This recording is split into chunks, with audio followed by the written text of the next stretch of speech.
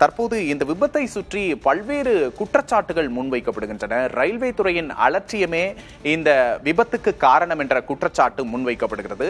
இந்த விபத்து நடந்த பகுதியின் பருந்து பார்வை காட்சிகளை தற்போது புதிய தலைமுறையில் பிரத்யேகமாக பார்க்கிறோம். இந்த விபத்து எப்படி நிகழ்ந்தது, இந்த இடம் எப்படி இருக்கிறது என்ற காட்சிகளை பார்க்கிறோம். இதற்கு முன்பாக நேரலையில் பேசிய பொதுமக்களும் அந்த பகுதியில் இருக்கக்கூடிய செடிகளை அகற்றினால் கூட ரயில்வே ஓட்டுநருக்கு கிராசிங்கில் என்ன நடக்கிறது, யார் ரயில்வேயை கிராஸ் செய்கிறார்கள், அந்த தண்டவாளத்தை கடக்கிறார்கள் என்ற விவரம் தெரியும், அதை கூட ரயில்வே நிர்வாகம் செய்யவில்லை என்ற குற்றச்சாட்டையும் முன்வைத்திருந்தார்கள். அந்த பகுதியின் பருந்து பார்வை காட்சிகளை பார்க்கிறோம். ஒரு முட்புதர்கள் நிறைந்து ஒரு கைவிடப்பட்ட ஒரு பகுதி போலவே காட்சியளிக்கிறது. அந்த பகுதியில் தற்போது ரயில்வே கிராசிங் என்பது அமைந்திருக்கிறது. அந்த கேட் கீப்பரும் அந்த நேரத்தில் உறங்கிவிட்டதாக சொல்லப்படுகிறது. முக்கியமான குற்றச்சாட்டு, அந்த பகுதியை கிளியர் செய்திருந்தால், முன்னும் பின்னும் அந்த முட்புதர்களையும் செடிகளையும் அகற்றி இருந்தால் கூட ரயில் ஓட்டுநருக்கு ஒரு தொலைவுக்கு முன்னரே அந்த வாகனம் கடப்பது என்பது தெரிய வந்திருக்கும். ரயில் ஓட்டுநர் ரயிலை வேகத்தை குறைப்பதற்கு அல்லது நிறுத்துவதற்கு வாய்ப்பு இருக்கிறது என்ற தகவலையும் அந்த பகுதி மக்கள் தெரிவித்திருந்தார்கள். தற்போது அந்த பகுதியின் பருந்து பார்வை காட்சிகளை பார்க்கிறோம். சம்பவ இடத்தில் பாலவெற்றிவேல் தற்போது இணைந்திருக்கிறார். பாலவெற்றிவேல், தற்போது அங்கு என்ன நடக்குது, சம்பவ இடத்துல என்ன தகவல் பாலவெற்றிவேல்?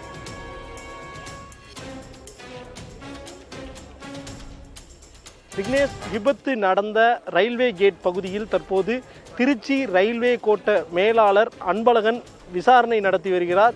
குறிப்பாக பங்கஜ்குமார் இருந்ததற்கு முன்பு, அதாவது நேற்று இரவு யார் பணியில் இருந்தார், அந்த ஊழியரை தற்போது நேரில் அழைத்து அவர் உரையாடி வருகிறார். அவரிடம் விசாரணை நடத்தி வருகிறார். இந்த விபத்திற்கு என்ன காரணம் இருக்கும் என்பது குறித்தான தீவிர விசாரணையில் தற்போது ரயில்வே துறை இறங்கி இருக்கிறது.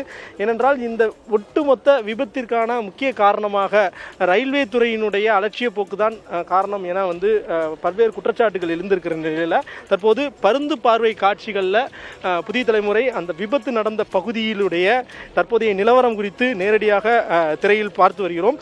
குறிப்பாக ரயில்வே விதிகளின்படி நமக்கு எழுந்திருக்கும் சில கேள்விகளையும் நம்ம இந்த நேரத்தில் முன்வைக்கலாம் என்று இருக்கிறோம். குறிப்பாக ரயில்வே கிராசிங் கேட் திறந்து இருந்தால் இரண்டு புறமும் ரயில்களுக்கு சிக்னல் சிவப்பு நிறத்தில் இருக்கும். இப்போ நேரடியாகவே திருச்சி ரயில்வே கோட்ட மேலாளர் இருக்கிறார், அவர்கிட்ட பேசலாம். சார், அவர் ரெகுலராவே போன் யூஸ் பண்ணுவாருன்னு சொல்லிட்டு வில்லேஜர் சொல்றாங்க. இன்னைக்குமே அவர் உட்கார்ந்து இருந்தாரு, இருந்தாருன்ற பேர் சொல்றாங்க. அது எந்த வகையில உண்மை சார்? அது செக் பண்ண. ரெகுலரா போன் யூஸ் பண்ணால் வண்டி வரும்போது அவங்க க்ளோஸ் பண்ண. ஆக்சுவலா 7:10க்கு 7:06 க்ளோஸ் பண்ணியிருக்கிறாரு. அவரை இப்பதான் பேசணும். அப்புறம் அந்த 2 வீலர்ஸ் நிறைய வந்திருக்கிறாங்க போலங்க. அவங்க இவரை சீக்கிரம் ஓப்பன் பண்ணுங்கன்னு சொல்லியிருக்கிறாங்க. நான் வண்டி வரக்குள்ள போயிடுவோன்னு சொல்லியிருக்கிறாங்க. அதனால அவர் ஓப்பன் பண்ணியிருக்கிறாரு. அது பண்ணியிருக்க கூடாது சார். உள்ளூர் மக்கள் சொல்றதும் ரயில்வேவினுடைய விளக்கமும் முரண்பாடா இருக்கு. என்ன சொன்னாங்க? நான் இப்ப ஜி கேட்ட பேசினதான் நான் சொல்றேன். இல்ல சார், அதாவது ரயில்வே கேட்டை அவர் மூட முற்பட்டார். ஆனா வேன் ஓட்டுநர் நான் கிராஸ் பண்ணிடுறேன்னு சொன்னாரு அப்படின்னு சொல்லி தெற்கு ரயில்வேனுடைய விளக்கத்துல கொடுத்திருக்கு. உங்களுடைய விசாரணையில என்ன தெரிய வருது? அதேதான் இப்ப ஜி கேட்ட பேசின போதும் க்ளோஸ் பண்ணிருக்கிறாரு. பப்ளிக் 2 வீலர்ஸ் நிறைய இருந்திருக்கிறாங்க. எங்க சீக்கிரம் போயிடுறோம், வண்டி வரக்குள்ள நாங்க போயிடுறோம், திறந்து விடுங்கன்னு சொல்லியிருக்கிறாங்க. மிரட்டி இருக்கிறாங்க போல. அதனால அவர் திறந்திருக்காரு. மது அருந்திருக்காரு அப்படின்னு ஒரு குற்றச்சாட்டு. இல்ல, அது செக் பண்ணது தெரியும். பங்கஜ் சர்மா 2 இயர்ஸா ஜிகே ஒர்க் பண்றாரு. ரெகுலரா அவர் ஜிகே தான். எந்த ஸ்டேட்னு எனக்கு தெரியல. அவரு பங்கஜ் சர்மா ரவி. எங்களுக்கு சிக்னலே வரலன்னு அவருடைய முதல்கட்ட விசாரணையில தெரிவிச்சாரு. நான் இப்போ செக் பண்ணியாச்சு. பிஎன் நம்பர்லாம் வாங்கியிருக்கிறாரு. எஸ்எம் ப்ராப்பரா கம்யூனிகேட் பண்ணியிருக்கிறாரு. இவர் அக்னாலஜ் பண்ணியிருக்கிறாரு. அவர் சஸ்பெண்ட் பண்ணிட்டாங்க ஆல்ரெடி. இந்த பகுதியில போக்குவரத்து சரி செய்ய எத்தனை மணி நேரம் ஆகும்? இது இப்போ ஓஹெச் தான் மெயினாக அஃபெக்ட் ஆச்சு. இப்போ கிளியரன்ஸ் கொடுத்தாச்சு. இன்னும் 10-15 மினிட்ஸ்ல எல்லாமே முடிஞ்சு போயிடும். ஆக்சுவலாக 5 lakhs for டெட்டுக்கு, grievous இன்ஜுரிக்கு 2.5 lakhs, normal இன்ஜுரிக்கு 50,000. அது இமீடியட்டாக துறை ரீதியா என்ன நடவடிக்கை எடுப்பீங்க? துறை ரீதியாக சஸ்பெண்ட் பண்ணியாச்சு ஆல்ரெடி. இல்ல சஸ்பெண்டோட அது போதும். இல்ல அது நாங்க எதிர்காலத்துல இது போல் நடக்காம இருக்கிறதுக்கு ரயில்வே துறை சார்பா என்ன நடவடிக்கை எடுக்கப்படும்? இதுதான், இது இப்பவே ப்ராப்பரா ப்ரொசீஜர் தான் பண்ணிருக்காங்க. பட் இவர் இந்த பப்ளிக் ஆல்சோ ஷுட் கோஆபரேட்னா. பப்ளிக் கொஞ்ச நேரம் வெயிட் பண்ணி போயிருந்தாங்கன்னா அந்த பிரச்சனையே இருந்திருக்கிறாரு. நிறைய எதுல இல்லை இது நான் இன்டர்லாக் கேட் இல்லையா, அதனால் வந்து ஒன்லி பிஎன் எக்ஸ்சேஞ்ச் வரும் நம்பர். எஸ்எம் இந்த மாதிரி நான் வண்டி விட போகிறேன்னு சொல்லுவார், இவர் வந்து கேட்டை க்ளோஸ் பண்ணி வச்சுருக்கணும் அந்த டைமில். அதுதான் பண்ணியிருக்காரு, 7/6க்கு அதான் பண்ணியிருக்காரு. ரெக்கார்டு படி அப்படி தான் இருக்குது. ஒவ்வொருத்தரும் ஒரு இது பண்ணதுக்காக ஒரு நம்பர் எக்ஸ்சேஞ்ச் பண்ணிக்கிடுவாங்க, ப்ரைவேட் நம்பர்னு சொல்லுவாங்க. அது வேறு யாருக்கும் தெரியுது, அவங்க 2 பேருக்கு தான் தெரியும். அது என்ன நம்பர், எஸ்எம் ஒரு நம்பர் சொல்லுவார், இவர் ரெக்கார்ட் பண்ணுவார், இவர் ஒரு நம்பர் சொல்லுவார், அவர் ரெக்கார்ட் பண்ணுவார். ஸோ அக்னாலஜ் பண்ணிட்டாங்க 2 பேரும். நான் வந்து கேட்டு க்ளோஸ்டு போகலான்ட்டு ட்ரெயின் விட்டுருக்கேன். சார் பப்ளிக் சொன்னா திறந்து விட்டுருவாரா, அவருக்குன்னு ஒரு ரெஸ்பான்சிபிலிட்டி இல்லையா? அதுதான் நான் அவரை சத்தம் போட்டுட்டு, நீ எதுக்கு திறந்த, இப்போ எவ்வளோ பெரிய பிரச்சனையில் கொண்டு விட்டுருக்கேன், திறக்கவே கூடாது ஆக்சுவலாக. அந்த மாதிரி ஒரு சம்பவம் நடக்கவே இல்லைன்னு சொல்றாரு. எந்த மாதிரி சம்பவம்?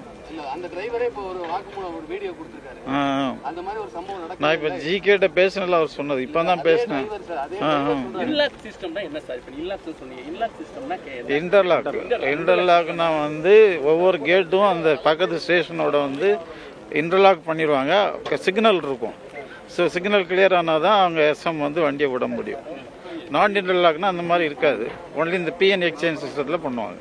இதுக்கு முன்னாடி இது நடந்திருக்கா? இதான் ஃபர்ஸ்ட் டைமா? இல்லை, இதுதான் எனக்கு தெரிஞ்சு ஃபர்ஸ்ட் டைம். சிக்னல்கள் இல்ல, தொலைபேசி மூலமா தான் அவருக்கு சொல்லுவாங்க. ஒரு தடவை சிக்னல் இல்லைன்னு ஒரு குற்றச்சாட்டு உண்மையா? அது ஃபோன் ரெகுலராக டெடிகேட்டட் ஃபோன் இருக்குது ஒவ்வொரு எஸ்எம்முக்கும் ஜிகே கூட கம்யூனிகேட் பண்ணுறதுக்கு.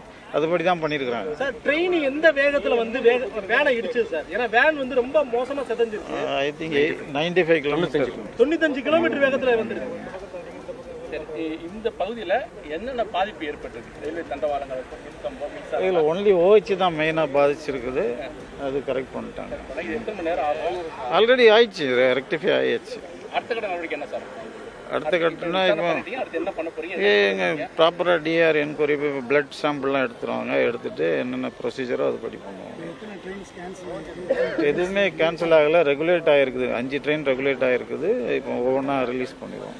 ஒரு நாளைக்கு எத்தனை ட்ரெயின் சார் இந்த லைன்ல நமக்கு எத்தனை ட்ரெயின் ஏதாவது பாதிப்புகள், ரயில்வே பாதிப்பு?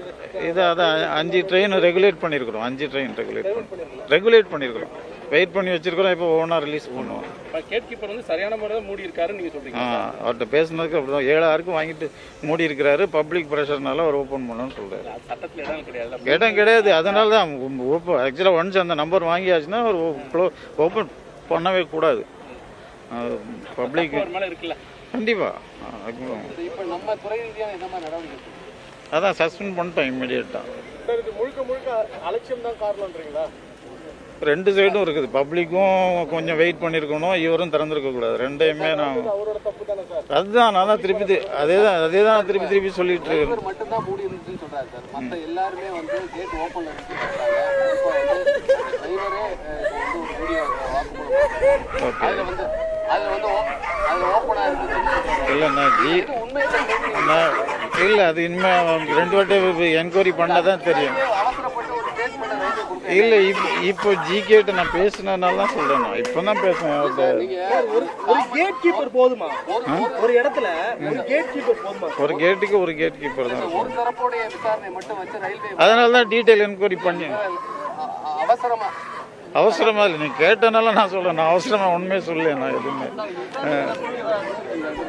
டீட்டெயிலாக ப்ராப்பர் ப்ரொசீஜர் படி என்கொயரி நடத்தி ஆக்ஷன் எடுப்போம். ஒரு தரப்புல மட்டும் விசாரிச்சுட்டு ஒரு சரி, அதுதான் டீட்டெயில் என்கொயரி பண்ணிட்டு தான் அது என்ன 2 பேருமே விசாரிக்கணும். இப்போ டிரைவரை விசாரிச்சிங்களா? டிரைவர் நான் பார்க்கல. இப்போ தான் ஜிகேட்ட நான் பேசியிருக்கிறேன்.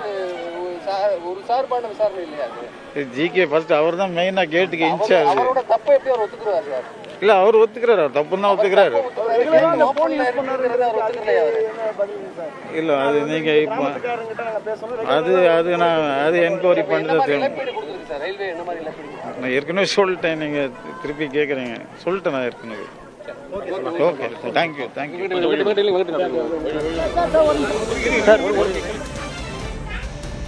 விபத்து தொடர்பாக ரயில்வே மேலாளர் பேசிய காட்சிகளை பார்த்தோம். அது தொடர்பாக அவர் பேசிய போது கேட் கீப்பரின் அலட்சியமே இந்த விபத்துக்கு காரணம் என்பதை அவர் ஒப்புக்கொண்டிருக்கிறார். கூடுதலாக மக்களும் இன்னும் பொறுப்புணர்வோடு செயல்பட வேண்டும். அந்த கேட் கீப்பரை அவசரப்படுத்தி இருக்கக்கூடாது, அவசரமாக கேட்டை கடந்திருக்க கூடாது என்பதும் அவரது குற்றச்சாட்டாக இருக்கிறது. இந்த சம்பவம் என்பது பெரும் சோக வடுக்களை ஏற்படுத்தி இருக்கிறது. 2 குழந்தைகள் உயிரிழந்த வீட்டில் மக்கள் கதறி எழும் காட்சிகளை நம்மால் பார்க்க முடிகிறது. தொடர்ந்து இது தொடர்பாக அடுத்தடுத்து வரும் தொகுப்புகளில் விரிவாக பார்க்கலாம்.